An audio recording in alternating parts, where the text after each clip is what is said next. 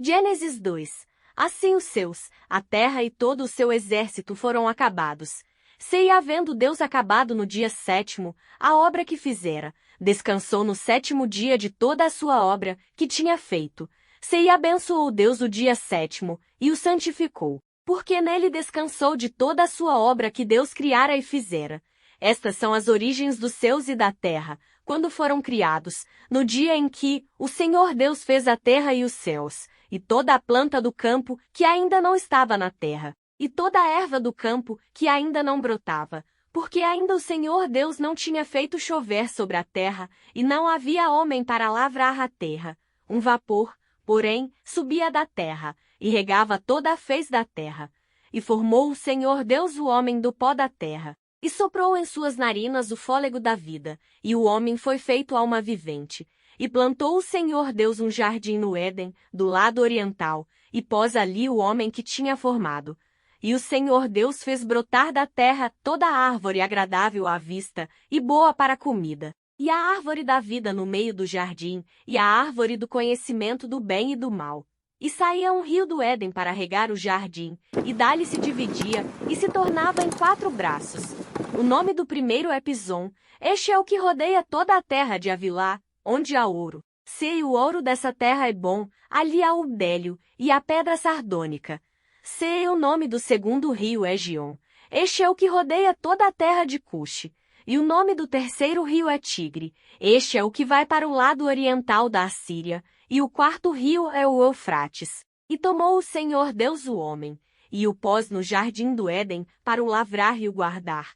E ordenou o Senhor Deus ao homem, dizendo: de toda a árvore do jardim comerás livremente, mas da árvore do conhecimento do bem e do mal, dela não comerás, porque no dia em que dela comeres, certamente morrerás. E disse o Senhor Deus: não é bom que o homem esteja só, far-lhe-ei uma ajudadora idônea para ele. Havendo, pois, o Senhor Deus formado da terra todo o animal do campo, e toda a ave dos céus, os trouxe a Adão, para este ver como lhe chamaria. E tudo que Adão chamou a toda alma vivente, isso foi o seu nome. E Adão pôs os nomes a todo o gado, e às aves dos céus, e a todo o animal do campo, mas para o homem não se achava ajudadora idônea.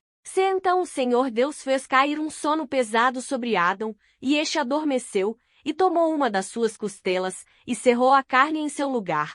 Da costela, que o Senhor Deus tomou do homem, formou uma mulher, e trouxe a Adão. E disse Adão: esta é agora osso dos meus ossos, e carne da minha carne, esta será chamada mulher, porquanto do homem foi tomada.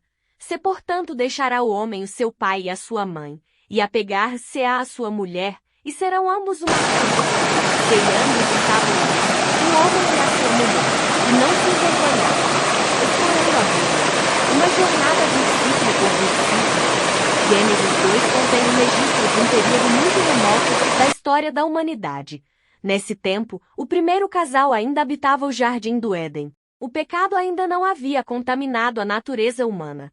Então, de início, alguém pode perguntar: como o escritor de Gênesis teve conhecimento desse relato, já que os seres humanos ainda não existiam em parte dele? É claro que a única explicação para isto é considerar que Moisés recebeu essa revelação diretamente do próprio Deus. É por isto que o escritor de Hebreus diz que é pela fé que entendemos que o mundo foi formado pela palavra de Deus, Hebreus 11:3. Portanto, a genuína fé é essencial para o correto estudo de Gênesis 2 e de toda a Bíblia Sagrada. Deus concluiu a criação Gênesis 2, 1-3. Os 3 primeiros versículos de Gênesis 2 fazem parte de uma continuação natural do capítulo 1. Esses versículos declaram que toda a obra da criação foi concluída por Deus e que no 7º dia ele descansou de tudo o que fizera.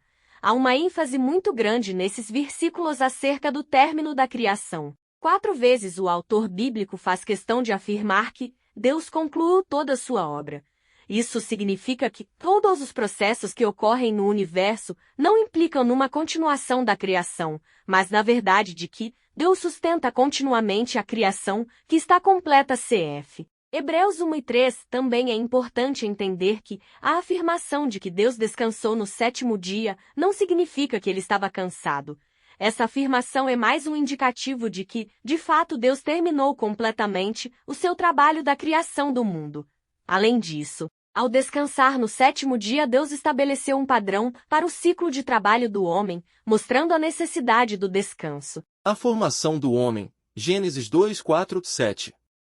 Esses versículos do capítulo 2 de Gênesis expressam de forma muito mais detalhada a criação do homem e da mulher em relação ao capítulo 1 de Gênesis. É como um relato expandido acerca do que ocorreu no sexto dia da criação e a partir dele, Gênesis 1:24, 31. Por isto o escritor de Gênesis diz, esta é a gênese dos céus e da terra quando foram criados, quando o Senhor Deus os criou, Gênesis 2, 4. É interessante notar a forma com que o escritor se refere a Deus nesse versículo. Ele escreve Senhor Deus. No original o que se tem são os termos YHWH, o nome pessoal de Deus na aliança, e Elohim, um termo muito utilizado no Antigo Testamento para designar Deus como soberano Criador. A combinação desses nomes mostra que o Criador de todas as coisas é também o Deus da aliança com Israel, Êxodo 3, 14,15. Saiba mais sobre os nomes de Deus. Em Gênesis 2 o escritor retrata Deus como um mestre artesão no processo de criação de sua obra de arte a qual ele dá vida. Assim, ele diz que Deus formou o homem do pó da terra e soprou nas narinas o fôlego de vida. A expressão soprou é uma figura de linguagem que representa a atividade criadora do Espírito de Deus. Como resultado, o homem passou a ser alma vivente, Gênesis 2:7. Esse versículo também derruba qualquer tentativa de conciliar a teoria da evolução com o criacionismo bíblico. Gênesis 2:7 diz que o homem passou a ser alma vivente. Perceba que o texto não diz que um ser vivente se tornou homem. Não houve um processo de evolução. O texto bíblico claramente afirma que o homem não é formado de vida pré-existente. Além disso, distintamente de todas as outras criaturas, o homem foi criado à imagem e semelhança de Deus, Gênesis 1:26. A formação da mulher e a vida no jardim, Gênesis 2 de agosto de 25. Em seguida o texto bíblico de Gênesis 2 diz que Deus plantou um jardim no Éden e pôs nele o homem. Esse jardim contava com tudo o que o homem necessitava para ter uma vida feliz e de plena comunhão com Deus. Saiba mais sobre como era o jardim do Éden. Mais uma vez o escritor utiliza a repetição Senhor Deus, Gênesis 2:8. Isso está totalmente em harmonia com o que vem a seguir. Foi naquele paradisíaco jardim que o homem foi colocado em prova. Deus testou a obediência do homem em suas obrigações pactuais. Nesse contexto, duas árvores aparecem no centro desse teste. A primeira era a árvore da vida. A segunda era a árvore do conhecimento do bem e do mal. Gênesis 2:18 enfoca diretamente a criação da mulher. Atualmente algumas teorias baseadas em antigos folclores judaicos tentam dizer que a mulher de Gênesis 2:18 não é a mesma de Gênesis 1:27. Mas obviamente essas teorias não encontram nenhuma base na palavra de Deus.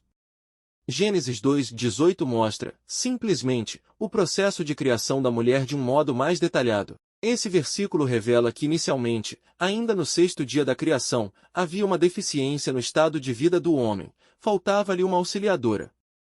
Isso significa que sem a mulher o homem estava incompleto e incapaz de cumprir a tarefa de multiplicar-se e exercer domínio sobre a terra, confronte com 1 Coríntios 11 de março de 12, 1 Timóteo 2:10. O homem foi criado primeiro, e biblicamente isto lhe confere a posição de líder social. Porém o termo auxiliadora não implica numa inferioridade da mulher, mas numa inadequação do homem. Gênesis 2 termina com a dádiva do matrimônio. No capítulo 1 de Gênesis, ao falar da criação do homem e da mulher, o foco está em sua sexualidade expressando sua capacidade de procriação, Gênesis 1:26,27. Já em Gênesis 2:25 o foco está no relacionamento social. Marido e esposa devem construir seu próprio lar. Por isso deixa o homem pai e mãe e se une à sua mulher, tornando-se os dois uma só carne, Gênesis 2:24.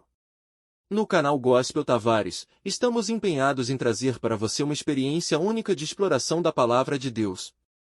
Estamos mergulhando fundo na Bíblia, versículo por versículo, desvendando seu rico significado e contexto. Nossa missão é proporcionar uma compreensão mais profunda das Escrituras Sagradas, para que todos possam se conectar mais intimamente com a mensagem divina e encontrar inspiração para suas vidas. Acreditamos que cada versículo tem algo valioso a oferecer, e é por isso que dedicamos tempo e esforço para examiná-los minuciosamente. Em nosso canal, você encontrará comentários cuidadosamente elaborados, que destacam as nuances e os ensinamentos contidos em cada passagem. Queremos que você se sinta capacitado a aplicar esses ensinamentos em sua vida diária, encontrando conforto, orientação e sabedoria na Palavra de Deus. Mas não podemos fazer isso sozinhos. Precisamos do seu apoio para crescer e alcançar mais pessoas com essa mensagem transformadora. Cada curtida, compartilhamento e interação nos ajuda a expandir nossa comunidade e levar a mensagem do Evangelho a um público mais amplo. Então, junte-se a nós nesta jornada emocionante através da Bíblia. Curta, compartilhe e deixe seu like para nos ajudar a alcançar mais corações e mentes com a verdade eterna da Palavra de Deus. Juntos, podemos fazer a diferença e impactar positivamente o mundo ao nosso redor. Obrigado por fazer parte desta comunidade e por seu apoio contínuo. Que o amor e a graça de Deus estejam sempre presentes em sua vida.